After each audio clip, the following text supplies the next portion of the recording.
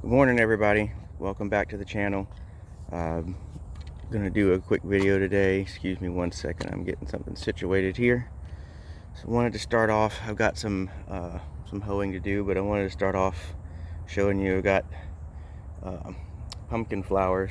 The pumpkin is blooming a lot right now, and I'm trying to find, these are all males. See, it does not have a fruit at the bottom. That's a male flower.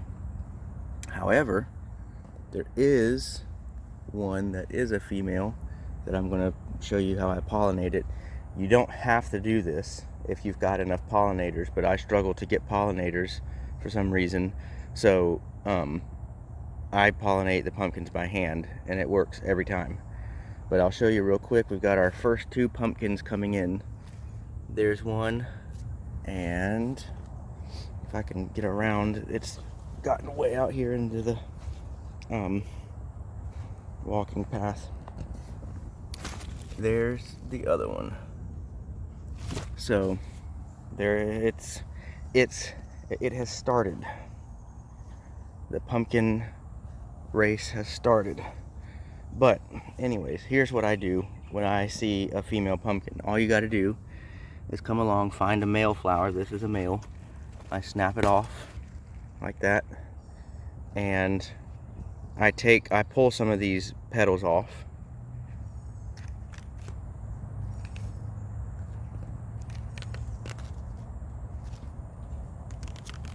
and I expose it like this. That's where the pollen is, right there. Now, all you got to do is come along, find, if you've got a female, there's usually more males than females, and the males usually start earlier. But you find the female. See, this one's a female. You can see the fruit at the bottom. You take this and you basically just paint the inside of the female flower with this, and it gets the pollen in there. And by tomorrow, that flower, well, by this evening, that flower will be closed, but by tomorrow, that pumpkin will be starting to grow. It happens that fast. And I don't think I've got any more females today. Nope, those are all males. But like I said, if you don't have to do this. If you have pollinators, they'll go back and forth to the different flowers. But for some reason, I struggle to get pollinators on my property. This guy's wanting to run out here. I don't want him to run out here. Get back in there. And same with this one. Get back in there. That one's going to be a female right there. You see? See the little fruit? So technically, that is the ovary. But yeah, that's all it is. So if you're growing seminal pumpkins and and you have trouble getting pollinators like I do, that's all you have to do. If you see a female flower, get a male flower, do just what I did, and it will produce a pumpkin. And it's really, really easy. And it works every time. Well, I can't say every time. There are times where the fruit fails, but you know, that just happens. But it works. So okra is starting to come in more full. So anyways, I'm going to switch this over so I can do some hoeing. I've got hoeing to do that I've needed to do for a day or so, but I've been working on, I did some here last night, but I've been working on getting this section down here cleared out, which I have. I got it cleared out and sort of mounded up over here, this section where the black-eyed peas were. I still haven't decided exactly what I'm going to put in there, but I'll figure something out. And over here, I've got some tomatoes coming in, the yellow pear, that's one there. Not all of them came up, unfortunately. And sometimes it's hard to tell what's a tomato and what's a weed. So they're not all going to survive, unfortunately. I could pre-plant them, but I don't like to pre-plant it. I never seem to be able to get when I go to pull it from the pre-planting place, wherever if it's in a in one of those plastic cells, or if it's in just a pot, whatever. Whenever I transplant it, it always seems to screw the roots up, and maybe just because I'm not very good at it, but I don't know. And to me, see, there's another right there's a tomato. It's always better, and I think, to plant them directly into the ground. There's another one, because then you don't have to worry about hardening anything off. They harden themselves off. Here's a cluster of them right here, and I'm going to take all these out right there. That one was the one that looked like it was growing the most vigorously. It was growing taller than the other ones, so it gets to have that space. So I have at least 4. I may come in and put some more in, but anyways, here I have it all ready, pretty much ready. I haven't put fertilizer or anything down, but anyways, let me switch this over 1 second. Okay, so like I said, this is how I, for now anyways, keep the rows weed free. This is why I, for now, am doing mostly bare dirt, so that I can come in with this, my swage hoe, and just take care of the little weeds that are in there. Yeah, so once I start getting more and more into the grocery row gardening, like I talked about, it won't be in the actual growing rows where I'm doing this, but I'll still be having to do it in the walking paths, because I mean, they're gonna have to do that or get a wheel hoe, and wheel hoes are expensive. One day I might get one, but for right now I'm not gonna spend that kind of money. So, but yeah, this is how I do it. All you gotta do is come in with this, and it's easy to just come along, and you're basically just cutting the weeds off right at the ground. And this swage hoe, the nice thing about this is, because it's so small and the way it's shaped, I can get in tight to plants. I don't have to, with a bigger garden hoe, you can't really get around plants. See how, or you can't really see it, but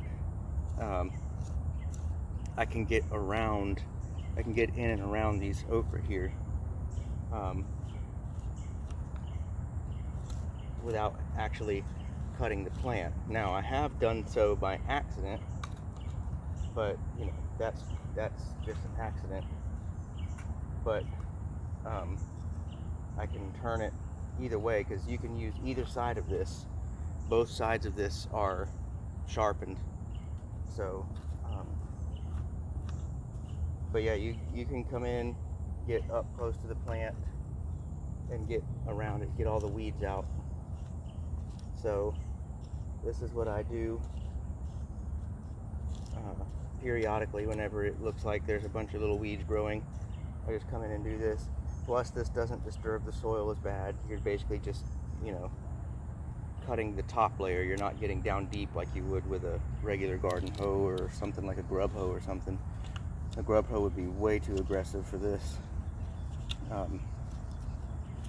But yeah, so this thing, when I originally bought it, I wasn't sure if I'd like it, but it really has come in handy, and this is one of the most frequently used tools that I have.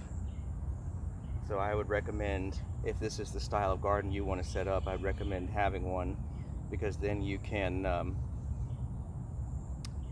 keep the weeds in control without having to reach down and pull them all by hand, and it is easy to get in and around the plants with this. So I'm just going to go along and do this real quick, and then I'll come back.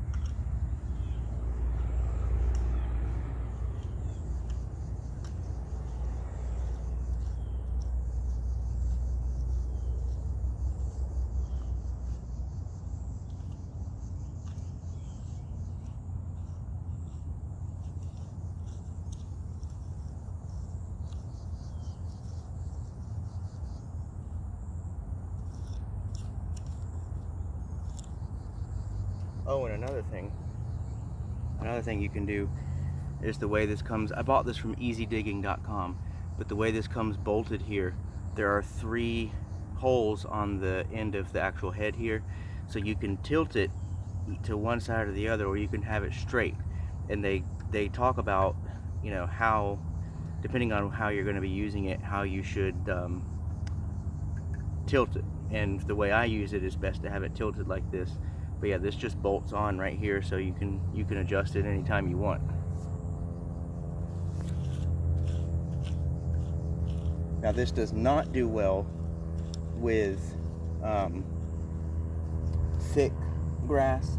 If you let it get too thick, I'm sure if you sharpened it really good, it would be better. But if the grass is too thick, it just has a harder time getting through it, especially like the root system and stuff. But this does really well for if you just have the little weeds popping up, you can come through and just scrape them out.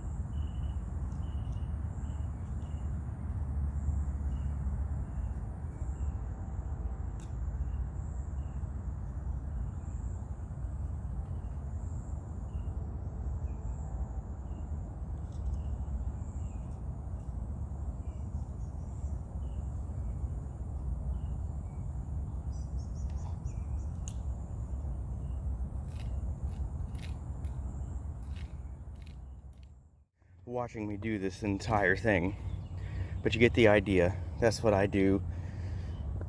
I don't have to do it every day, but I have to do it pretty frequently here because the weeds just grow relentlessly here. They may cut back a little bit in the winter and stuff, but not much. So I'm hoping that the grocery row idea is not going to backfire on me, because I seem to, whenever I plant something that acts as ground cover, the weeds just grow along with it. They just come right up inside of it. Like with the black-eyed peas, what's happening right now with my Seminole pumpkins, it happens every time. So we'll see. One last thing here. I've got a little banana pup coming up right here. It smells like coffee in here because I've been putting a bunch of old coffee grounds at the base of these trees, trying to get them to put out some fruit. But I'm gonna dig, I don't have time to do it today, but I'm gonna dig that banana pup out, and I'm gonna put him in the garden. And one, because you know, possibly we could get it to produce fruit because it'll be a little bit better tended. But two, for the whole idea of the grocery row, this right here. Bananas create a lot of biomass and a lot of living, well, not living mulch, but mulch. You can do, and a lot of what's at the base of banana trees, bananas kind of mulch themselves, but banana leaves are constantly, you know, they're constantly putting out new leaves and constantly losing leaves. So this is a great, bananas are great for creating biomass if you're going to be doing something like the grocery row style, where you're or no dig, where you're piling up biomass on top of the ground, because they are continuously making biomass. So if you're in an area, if you want to do this type of gardening and you're in an area where bananas will grow, I suggest getting some bananas and planting them in the garden. That way you can actually have biomass. Now, that's not the only source of biomass I'm going to have. Obviously, I'm going to have the Mexican sunflowers that I've planted. I eventually will have comfrey. It's just taking its sweet time. So, you know, we'll see what happens with that. And these guys, possibly, it's kind of hard to see because the grass is trying to grow back in here. Let me get some of it out of the way. These little runners that come in here, I don't know if this is torpedo grass or what it is. It doesn't look quite like torpedo grass. It's probably that sedge. This stuff is really annoying. But anyways, papaya. Eventually I will have, more than likely, papaya in the garden. I'm gonna thin it down to these two. Papaya also makes biomass, so I will do that. And then of course I've got the lemongrass. Lemongrass is another great source of biomass because as a grass it grows continuously, and grass is a lot easier to grow than, you know, vegetables and stuff like that, because grass is a lot hardier. It grows a lot faster. But yeah, something like lemongrass, if you're in a cooler area, you can use something like vetiver grass. But you can use, that's what a lot of that dead stuff right there is I chopped a bunch of lemongrass down and spread it out, and it's already grown back from where I chopped it down.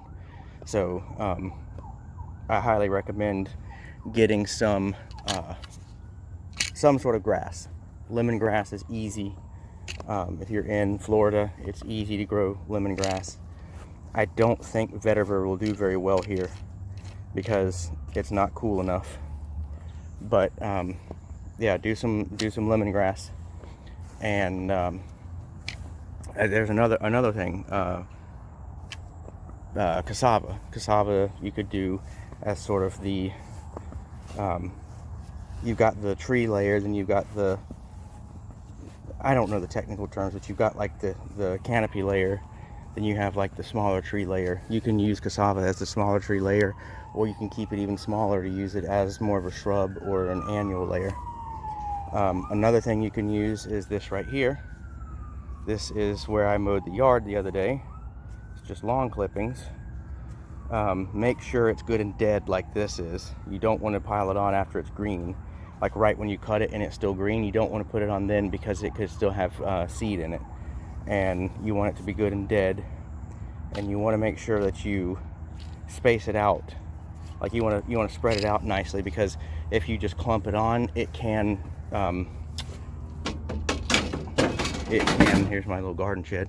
It can hold too tightly and prevent water and air and everything from reaching down to the soil. So don't just take it and throw it in large clumps onto the ground, because like I wouldn't just take something like this, like a big clump like that, because this is going to stop water from getting down. But if you spread it out, which is not that hard, see, just doing like that, and I spread it out, you can use that for a ground cover and biomass. So there's all sorts of things you can use, and you'll learn how to reuse things that are in your yard and your garden, so that you don't have to go bring in mulch. That's the goal. So anyways, that's my video for today. Thanks for watching. Please comment, please like, please subscribe, please share, and I will be back, if not this week, next week with another video. Thank you very much for watching.